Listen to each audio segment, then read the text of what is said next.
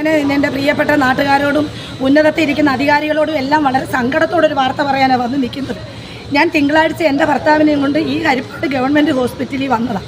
ഒരു ചെറിയ കാല് പഴുത്ത് ഞാൻ എൻ്റെ ഭർത്താവിനെയും കൊണ്ട് വന്നിടത്ത് ഇവിടുത്തെ സൂപ്രണ്ട് സുനിൽ എന്ന് പറയുന്ന ഡോക്ടർ എൻ്റെ ഭർത്താവിൻ്റെ കാല് കീറിയത് പോട്ടെ, കീറി കഴിഞ്ഞിട്ട് അയാൾ പറഞ്ഞു പിറ്റേ ദിവസം മൂന്നാമത്തെ ദിവസം ഒരു ഓപ്പറേഷൻ നടത്തണമെന്ന് പറഞ്ഞു. ഓപ്പറേഷനും നടത്തി. പക്ഷേ വീട്ടിൽ കൊണ്ടുവന്ന് ഞാൻ 5000 രൂപ കൊടുത്തില്ല എന്ന് പറഞ്ഞ് ആ ഡോക്ടർ എൻ്റെ ഭർത്താവിനെ ഈ 3 ദിവസമായിട്ടും നോക്കിയിട്ടില്ല. ഞാൻ അയാളുടെ പുറകിൽ നിന്ന് നടന്ന് തൊഴുകൈയോടെ ഞാൻ ചോദിച്ചു, അയാൾ എന്നോട് കേട്ടില്ല. ഒരു മരുന്നിൻ്റെ വിവരം ഞാൻ ചോദിക്കാനായിട്ട് അയാളുടെ പുറകിൽ നടന്ന് ഞാൻ ശ്രമിച്ചിട്ടും അയാൾ അത് ചെയ്തില്ല. ഇന്ന് രാവിലെ ഞങ്ങൾ ആ ഡോക്ടറോട് വീണ്ടും ഉച്ചവരെയായിട്ട് 3 ദിവസമായിട്ട് നോക്കാത്ത രോഗിയെ നോക്കുന്ന കാര്യം പറഞ്ഞു സൗകര്യപ്പെടത്തില്ല എനിക്ക് വന്ന് നോക്കാനെന്ന് പറഞ്ഞു.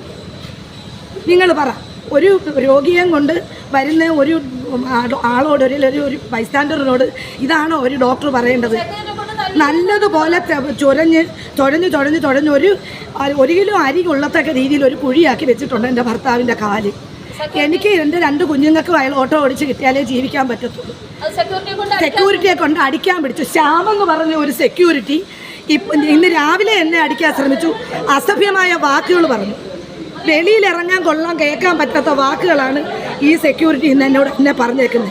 ഇപ്പം പാർട്ടി പ്രവർത്തകരും മറ്റുള്ളവരും നോക്കി നിൽക്കുക, ഈ ആശുപത്രിയിൽ ഒരുപാട് ജനങ്ങൾ നോക്കി നിൽക്കുക, അയാൾ എന്നെ അടിക്കുമെന്ന് പറഞ്ഞു. അയാൾക്ക് എന്താ കാര്യം? ഞാനൊരു ഡോക്ടറോട് എൻ്റെ ഭർത്താവിനെ ഡിസ്ചാർജ് ചെയ്ത് കിട്ടണമെന്ന് ആവശ്യപ്പെട്ടത് എൻ്റെ ഭർത്താവിൻ്റെ കാല് സംരക്ഷിക്കാൻ വേണ്ടിയാണ്. എനിക്ക് വേറെ ആരുമില്ല. നിങ്ങൾ തന്നെ ഒന്ന് തീരുമാനിച്ചിട്ട് നിങ്ങൾ പറ, എന്താ ചെയ്യണ്ടേ? മേളിൽ പിന്നെ സർജറി വാർഡിൽ പട്ടി അടിക്കുക പോലെ ജനം കിടക്കുക. എന്നെക്കൊണ്ട് എനിക്ക് ഒരു നിവൃത്തിയില്ലാത്തതാണ്.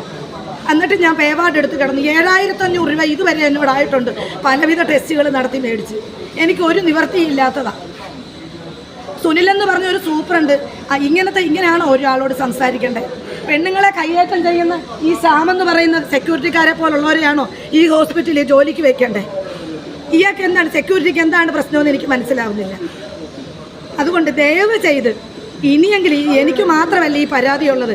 ഈ ഹോസ്പിറ്റലിൽ ഞാൻ എല്ലാവരോടും സംസാരിച്ചപ്പോൾ എല്ലാവരും പറഞ്ഞേക്കുന്നത് എന്താണെന്ന് വെച്ചാൽ ഇവിടുത്തെ മുഴുവൻ ആളുകൾക്കും പരാതിയാണ് 5000-4000 രൂപ കൊടുക്കാതെ അയാൾ നോക്കത്തില്ല എന്നുള്ളത്. എനിക്ക് ഈ 5000-4000 രൂപയൊന്നും കൊടുത്ത് നോക്കാനുള്ള കഴിവില്ല. ദയവ് ചെയ്ത് എൻ്റെ കൂടെ വന്നവരെ ഉൾപ്പെടെ ഇന്ന് ഇവിടെ തെറി പറഞ്ഞു. അവർ എന്നിട്ട് പറഞ്ഞു എൻ്റെ പേര് കള്ളക്കേസ് ഉണ്ടാക്കി കൊടുക്കുമെന്ന് പറഞ്ഞു. അതുകൊണ്ട് തന്നെയാണ് ഞാൻ ഇന്ന് രാവിലെ മുതൽ ഇത്രയും പ്രശ്നങ്ങളുണ്ടായിട്ടും ഞാനത് ഒന്നും പ്രതികരിക്കുന്നില്ല എന്ന് വെച്ചതാണ്. പക്ഷെ ഇപ്പം ഞാൻ ഇങ്ങോട്ട് ഇറങ്ങിയപ്പോൾ സെക്യൂരിറ്റി എന്നെ വായിക്കൊള്ളാത്ത ചീത്തയും തെറിയും ധിക്കാരവും പറഞ്ഞിട്ട് എന്നെ അടിക്കാൻ പിടിച്ചു. സാക്ഷികളും ഉണ്ട്. എന്നിട്ട് പറഞ്ഞു കള്ളക്കേസിൽ നിന്നെ കൊടുത്തി കാണിക്കാമെന്ന് പറഞ്ഞു. എന്താ ഞാൻ ചെയ്യണ്ടേ? മേളിയിരിക്കുന്ന ഉന്നത ഉദ്യോഗസ്ഥന്മാരും നാട്ടുകാരും നല്ലവരായി നിങ്ങളും തീരുമാനിക്കും. ഇതിനെന്തു മറുപടിയാണ് കൊടുക്കേണ്ടതെന്ന് നിങ്ങൾ തന്നെ പറ. എനിക്ക് നിങ്ങളോടെ പറയാനുള്ളൂ. എനിക്ക് വേറെ ആരോടും പറയാം.